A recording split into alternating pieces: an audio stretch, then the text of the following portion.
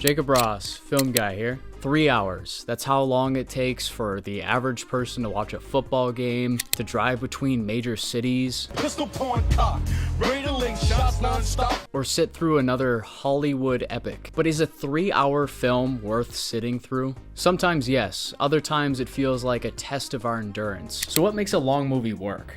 I think it comes down to 3 things: pacing, payoff, and purpose. For pacing, let's look at Lord of the Rings. Almost 3 hours long, and yet it never feels like it.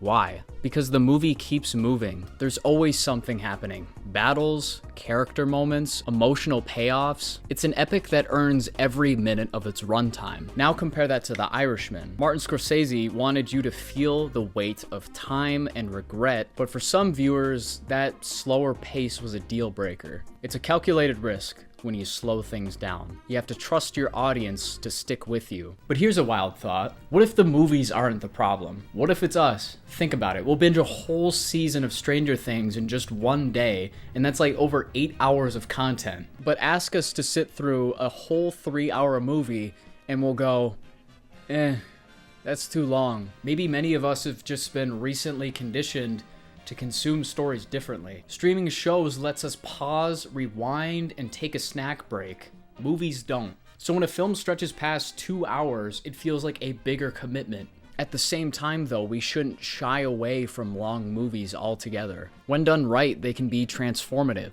The key is knowing when the story calls for it and when it doesn't.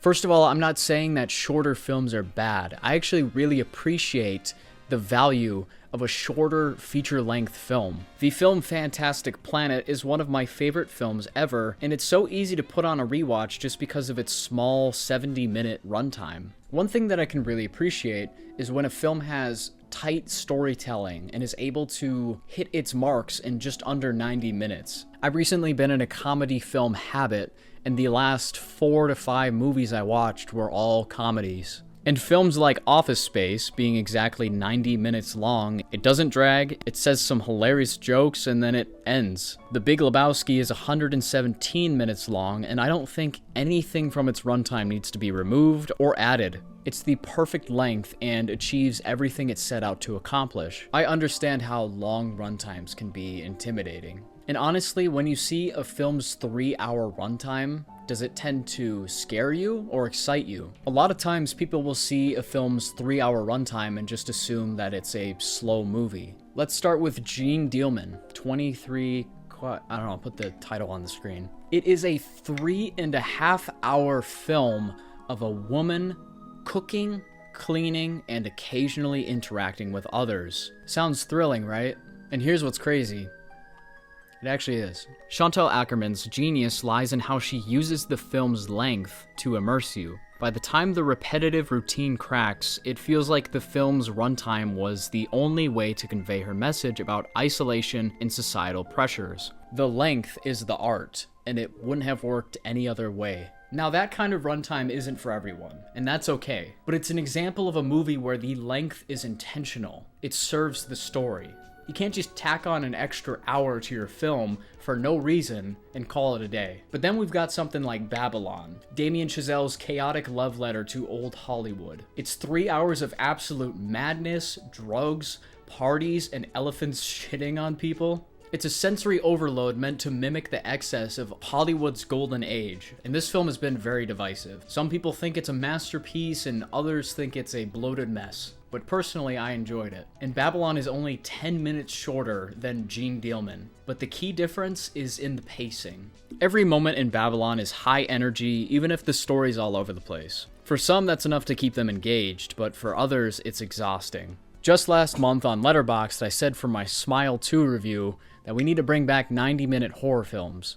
And that wasn't me saying the only reason why I disliked Smile 2 was because of its runtime. Smile 2 is 2 hours and 20 minutes of almost the exact same beats as the first one.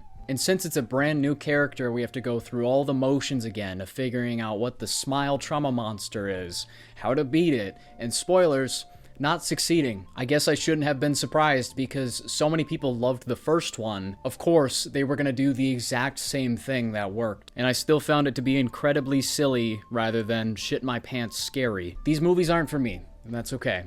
If you liked both of these, I'm actually really happy for you, because you found value in something that I just couldn't. But really, why does this film have to be longer than the first one? We don't really learn anything new about the rules of this world, and it doesn't really try anything new other than add in several excruciatingly boring musical numbers just because the lead is a singer. But I'm getting off topic. The main argument people bring up is that certain movies just don't need to be that long. Does the new Wicked Part 1 need to be almost 3 hours long?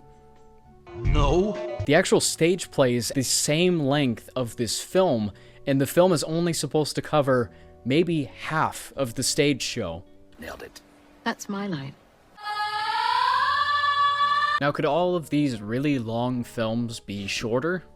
Sure, but what do you even cut out of the film? Many films with longer runtimes often have moments or scenes that could be cut out without impacting the plot of the film. Films like The Good, the Bad, and the Ugly and Seven Samurai have plots that you can summarize in just under a sentence or two, but both films are over or close to 3 hours long. The Good, the Bad, and the Ugly is about 3 men who are all searching for $200,000 of Stolen gold. So why are they so long and so easy to describe? Personally, I think watching these movies feels like a journey, one that you're on along with the characters. Many scenes could hypothetically get cut, like the scene of Tuco making Blondie walk through the desert. Sure, it goes on for a while, but it is crucial to the plot. In fact, I think every scene in both of these films is crucial. Tuco and Blondie walk through the desert.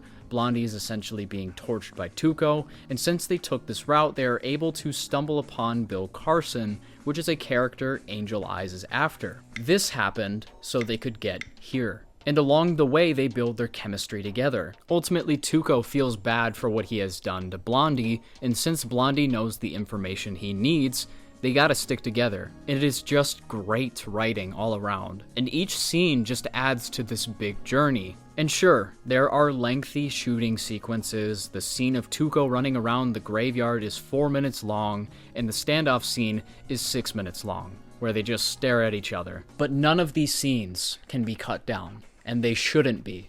The graveyard scene has Tuco running around for 4 minutes straight, but the scene is so incredible, not only because of the music,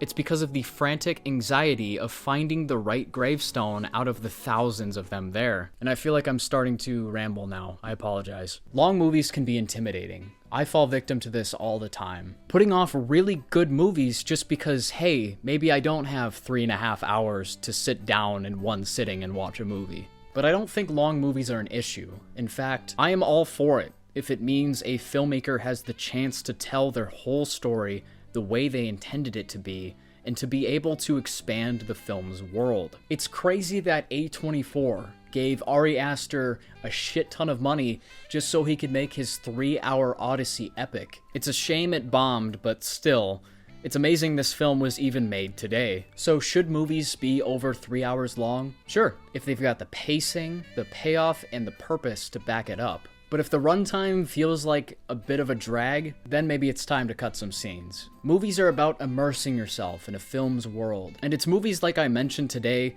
that do a successful job at crafting that world. And this isn't just me saying that if your movie's over 3 hours, it's great, because we know very well that is not the case. A movie is more than just the plot. It's about the characters, the set pieces, and the action. And if Good, the Bad, and the Ugly was just its plot, it would be done in 20 minutes. But with its characters' chemistry, the whole journey, its action, and its emotional beats make those 3 hours worth watching again and again. Thank you for listening to me yap about long movies for a minute. And big thanks to today's sponsor, Arzen. They were kind enough to send me the newest Arzen Ease D1 Pro. This powerhouse delivers native 1080p resolution with an impressive 350 authentic lumen brightness. So whether I'm watching a movie in the middle of the day or a late night binge, everything looks crisp and vivid. But the visuals are just half the experience. The dual 10-watt speakers boosted with Dolby Audio and Total Sonics make it feel like I'm in an actual movie theater. And trust me, the sound is almost as good as the Boom 3. What I love the most? The Bluetooth remote. You don't even have to aim it at the projector, just sit back, relax, and enjoy. It's also super easy to stream all of your favorite content with built-in apps like Netflix, YouTube, and Prime Video with no extra devices needed. And setting it up? a breeze. Thanks to autofocus, keystone correction, and the intelligent obstacle avoidance, you're ready to go in seconds, no matter where you put it. So if you're looking for a new way to upgrade your home movie nights, check out the Arzen Ease D1 Pro because they're pretty awesome. And they're giving you guys an exclusive deal. Click the link in the description and make your home the ultimate movie theater. Big thanks to Arzen for sponsoring this video, and I'll see y'all later.